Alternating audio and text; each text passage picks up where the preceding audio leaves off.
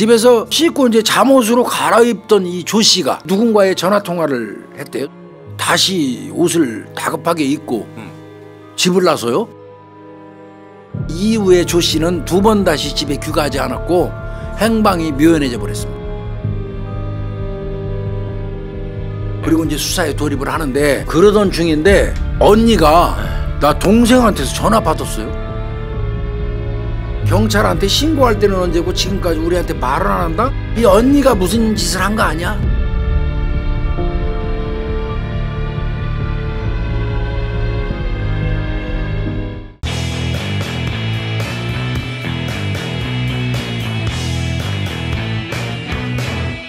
이 사건은요 2004년도 4월 10일 날입니다. 서울 노원구 상계동에 거주하는 이 조 씨. 네. 그 당시에 28살 여성이에요. 이분이 이제 일을 마치고 새벽에 귀가를 해요. 집에서 옷을 벗고 씻고 이제 잠옷으로 갈아입던 이 조 씨가 무슨 일이 생각이 났는지 다시 옷을 다급하게 입고 집을 나서요. 이게 조 씨의 이 마지막 모습이 되는 겁니다. 언니하고 둘이 그 집에 살고 있었다고 그래요. 한 집에.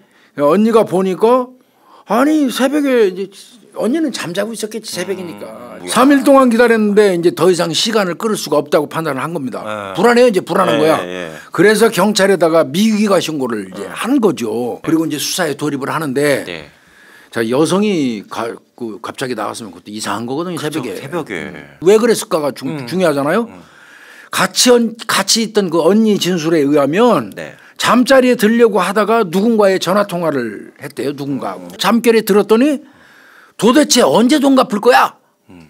이런 말을 하면서 말다툼을 좀 하는 것 같더래. 조금 있더니 그럼 밥이나 먹고 또 갑자기 부드러워져 가지고 그럼 밥이나 먹을까? 그러더니 다시 옷을 입고 나가더라. 그러니까 수사는 당연히 이 조 씨하고 그날 통화한 사람을 찾는 데 집중이 되겠죠. 휴대폰으로 통화 내역 도출을 했어요. 했더니 사건 당일날 이 조 씨 이 여성은 애인인 장 씨. 그 당시에 25살이에요. 3살 아래야. 그 장 씨하고 통화가 2번 있어요. 그리고 그 이후에 알 수 없는 통화. 즉 말하면 그 언니가 들었다는 통화. 그 통화는 알 수 없는 인물이 공중전화를 이용해서 이 조 씨한테 3번 정도 전화를 걸어서 통화를 한 거야. 그러면 애인은 아닌 거지. 그리고 이제 행불됐단 말이야.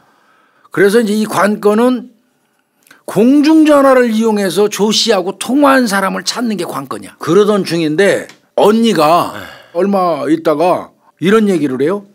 나 동생한테서 전화 받았어요. 언니 나 지금 저 강원도에 돈 벌러 왔는데 지방에 이런 내용이었고 문자가 왔는데 그러면서 나 요즘에 좀 힘들어. 그때마다 언니는 너 힘내라고 답장을 했었다는 거야. 이거는 이런 내용은 경찰이 계속 수사하고 있는데도 언니가 받고도 말을 안 해줬어요. 그런데 이제 경찰이 그 수사하는 과정에서 언니한테 지금도 연락이 없어요 하고 전화를 한 거야. 그랬더니 아이고 아저씨 깜짝 했네. 나 저 며칠 전부터 동생이 연락 와가지고 강원도에 있대요. 근데 내가 깜빡하고 경찰 아저씨들한테 말 안 해줬네. 그러니까 이제 짜증이 빡 난 거야. 이거 봐라. 그렇게 저 동생하고 연락이 요 근래에 된다고 하면서 경찰한테 신고할 때는 언제고 지금까지 우리한테 말을 안 한다? 이 언니가 무슨 일이 있는 거 아니야? 이제 이런 생각도 들었고 3일 동안 연락이 두절이 됐는데 계속 찾지도 않고 하여튼 뭐 어찌됐건 미기가 저 신고 사건은 해결된 걸로 추정할 수밖에 없죠. 그 상태에서 수사는 중지를 해요. 그런데 이게 항상 그 어떤 그 문제의식을 갖는 형사가 필요해요. 그 당시 노원서 근무에 이모 형사가 있었어요. 나중에 큰 사건 될 수 있겠다 싶어갖고 신경을 많이 기울이고 있었대. 그랬던 사건인데 이제 요렇게 해결됐다고 그러는데 뭔가 찜찜하더라. 어떻게 생각했냐면 아니 야 전화할 수 있는데 후퇴어 문자만 주고 받는다는 건 말이 안 되잖아. 그렇죠.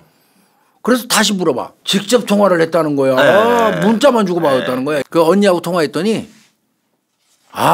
문자로만 했대. 뭐 소지품이나 뭐 이런 거 안 들고 나갔잖아.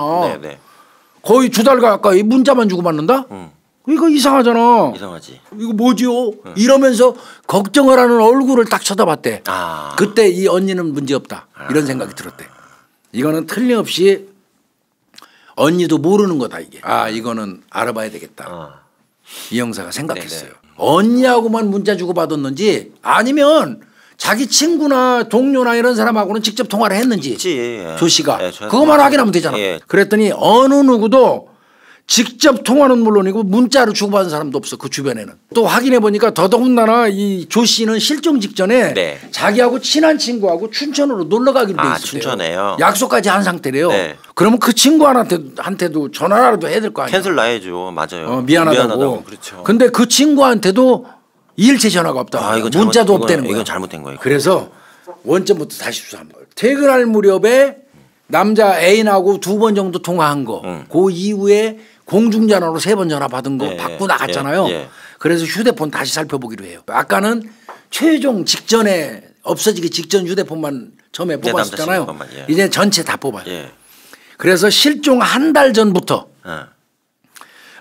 조 씨하고 통화한 인물들을 전부 도출해요. 그거를 들고 다니면서 일일이 그 주소마다 찾아다니면서 맨 마크예요. 그 중에서 조 씨하고 통화한 일이 가장 많은 사람은 누구겠습니까? 애인이겠죠. 당연히 애인 장 씨죠. 네, 장 씨. 그래서 그런 경우라면 가장 유력한 용의자는 애인 장 씨야. 그러니까 당연히 장 씨를 이제 조사를 해야 되겠지. 그래서 장 씨 휴대폰을 분석을 해요. 쭉 살펴보다 보니까 이 조 씨가 이 없어진 조 씨 이 여성이 웃기는 게 하나 있어.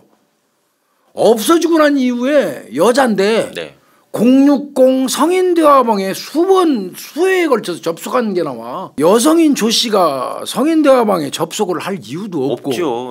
근데 그 060이라고 찍히는 게 아니고요. 그냥 일반 전화가 찍혀요. 그래서 일반 전화를 확인해 가지고 060이라는 걸 아는 거예요. 그래서 이제 또 성인 대화방을 대상으로 해서 이제 조사를 해본 거예요. 그랬더니 주민등록번호를 대야 된대요. 근데 주민등록번호는 남자예요. 그러면 그 남자 찾으면 되잖아. 찾아야지. 수사에 들어가는데 060 대화방은 성인 인증을 한다는 점에 착안을 했어요. 성인 인증을 반드시 하거든요. 그 주민번호가 이모 씨로 돼 있어요. 28살 먹은. 그러니까 전번 따로 가입자 따로인 거예요. 그래서 이모 씨라는 28살 먹은 남성을 이제 찾기로 했어요. IP 추적 그 휴대폰 실시간 위치 추적해 갖고 더럽게 고생해 가지고 12월 초순에 서울 면목동에 있는 한 PC방에서 이 사람을 찾아요. 그 PC방에서 또닥거리고 있는 사람을 조용히 임의동행했대요. 살짝 나오고. 그래야 그냥 임의동행으로 끌고 가고 조사 바로 착수한 게 성인대화방에 너 이 새끼야. 그 휴대폰 사용했잖아. 그랬더니 얘가 저는요 성인대화방 그런 거 안 해요. 근데 그게 거짓말 같지가 않더라는 거야. 그러니까 경찰도 답답해지는 거예요. 얘는 오리발 쫙쫙 내미는데 그러면 이 경우는 단 하나밖에 없어. 얘 말이 사실이라면 주민등록이 도용된 거래. 이가한테 물어봤어요. 너 신분증 누구한테 빌려준 적 있지? 그 사람 대봐. 장 누구예요? 조 씨 애인 장 땡땡땡이래. 걔 얘기를 하는 거야. 너 어떻게 아는 사이야? 그랬더니 도박을 하면서 같이 알게 돼. 얘가 좀 타짜래. 가끔 이제 이 도박하면서 자금도 서로 빌려주고 이렇게 받고 하는데 주민번호를 장가한테 알려준 적이 있대. 안다면 걔밖에 없다는 거야. 퇴근할 때만 2번 접속한 거, 통화한 거 빼고는 그 이후로는 공중전화로 3번 와서 그 전화 받고 나갔기 때문에 조 씨가 그 장 씨는 떼어냈단 말이야. 그런데 여기서 060 우연히 타고 들어가서 보니까 이가를 통해서 장가가 또 다시 도출돼 버린. 그러니까 다시 나오네. 그러니까 이거는 뭔가 이상하다. 이가 얘기를 들어보니까 자기는 돈이 별로 없대. 근데 가끔 장가가 돈을 좀 빌려주면서 야 너 이거 좀 해봐, 좀 따봐, 좀 타짜라고 그랬잖아요. 그렇게 해서 돈도 조금 가끔씩 빌려주는 처지래. 그렇다면 이 씨한테 대준 도박 자금, 이 씨가 이른바 타짜니까. 요거는 실종된 조 씨한테 빌려서 대준 게 아닐까?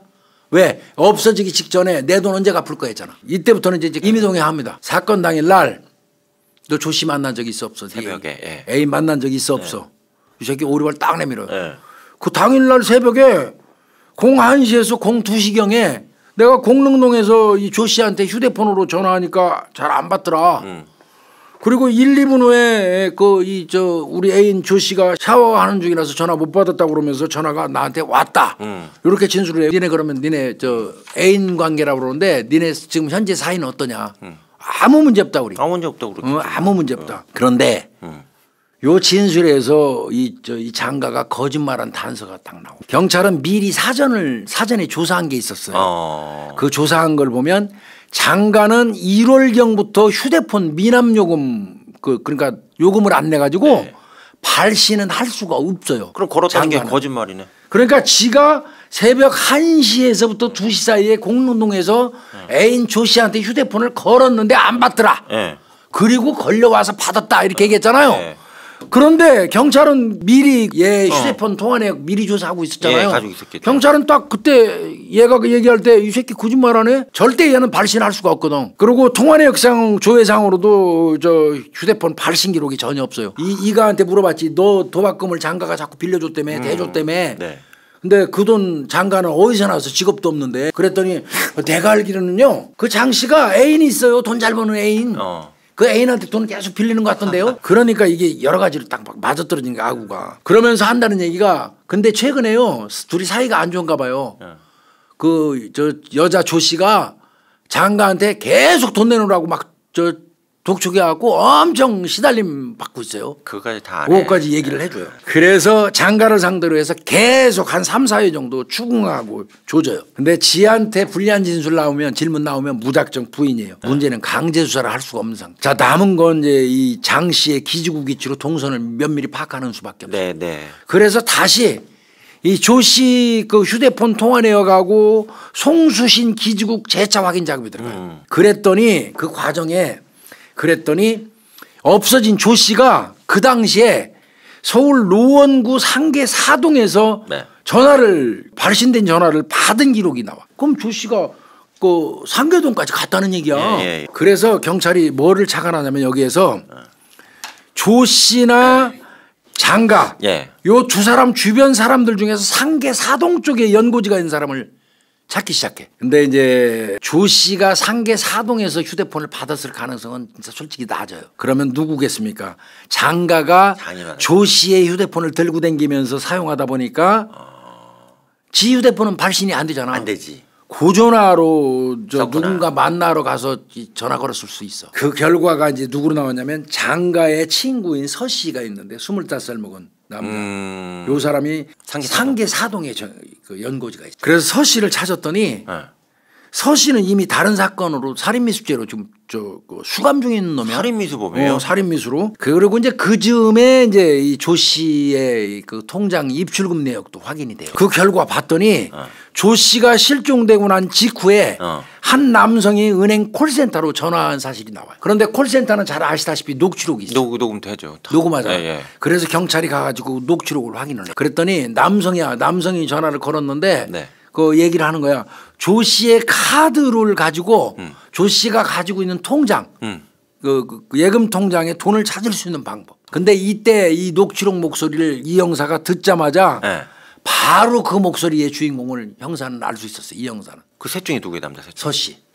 지금 살인미수 들어가네. 왜 서가가 조 씨의 거래은행에 전화해가지고 문의할 이유가 없잖아. 이 서가는 애인도 아니고 치는 사람도 아닌데. 그러면 얘네들이 범인이. 그래서 장가 데려다 놓고 자백받기에 돌입한 겁니다. 자 진술 녹화실을 데려갔어. 지금부터 네가 얘기 하나 다 녹화해. 너 저 상계동에서 조 씨 전화로 너 전화 걸을 때 너 전화 걸은 놈 받은 놈이 서 씨야. 너 상계동에 네 친구 만나러 가고 빨리 나오라고 전화했던 거 아니야 인마. 집 앞에서. 그거 서 씨야 이 새끼야. 얘 목소리 아니야? 이렇게 했어요. 탈탈 털렸네. 이때 그 얘기를 딱 꺼내는 순간 이 새끼가 이 얼굴이 거의 진짜 그 얘기 하더라고. 백지창처럼 하얘졌대. 그래도 까더래.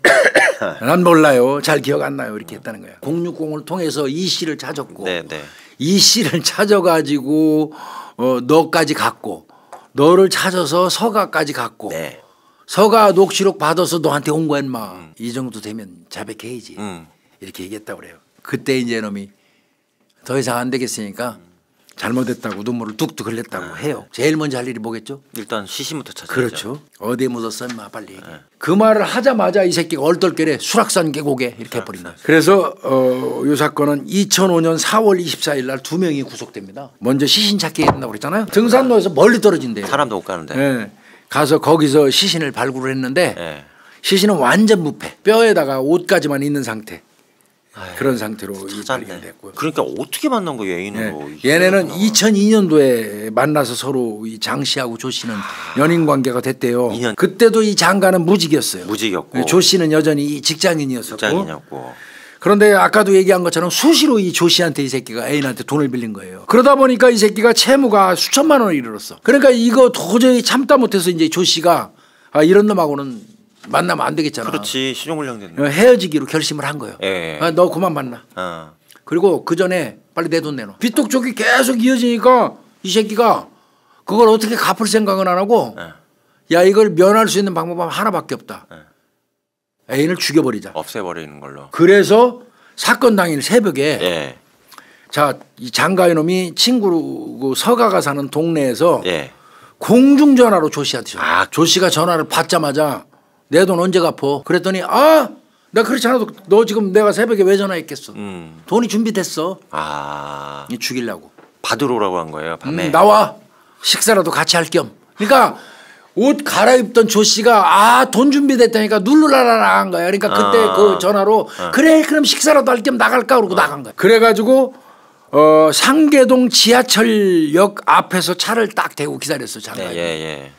그리고 이제 조 씨를 태웠어. 절 주차장으로 간 거예요. 그리고는 거기서 엄청 두들겨 팬 겁니다. 기절되자마자 이제 인근 계곡으로 끌고 가서 바위하고 바위 틈이 있잖아요. 거기다 억지로 강제로 밀어넣어요. 시신을 억지로 강제로 구겨서 밀어넣고 그때 구겨넣을 때 이제 의식이 좀 돌아왔어. 그러니까 살려달라고 애원을 했어요. 근데 아랑곳하지 않고 바위 틈을 돌멩이로 막아버립니다. 생매장한 거네요. 그때 이미 현금하고 또 카드도 강취를 했고요. 그래서 얘들은 강도살인 혐의로 당연히 강도살인이죠. 네. 기소돼가지고 서가는 이미 살인 미수가 있었잖아요. 네. 무기징역 떨어졌고. 근데 장가 새끼가 너무 싸게 맥혔어요. 몇 년 나왔어요? 15년 뒤. 아 뭐야. 세상에 이런 거를 애인이라고 만나가지고 이런 억울한 죽음이 있어. 악마를 만난 겁니다. 애인. 아 고생하셨습니다. 네, 수고했습니다. 감사합니다. 예.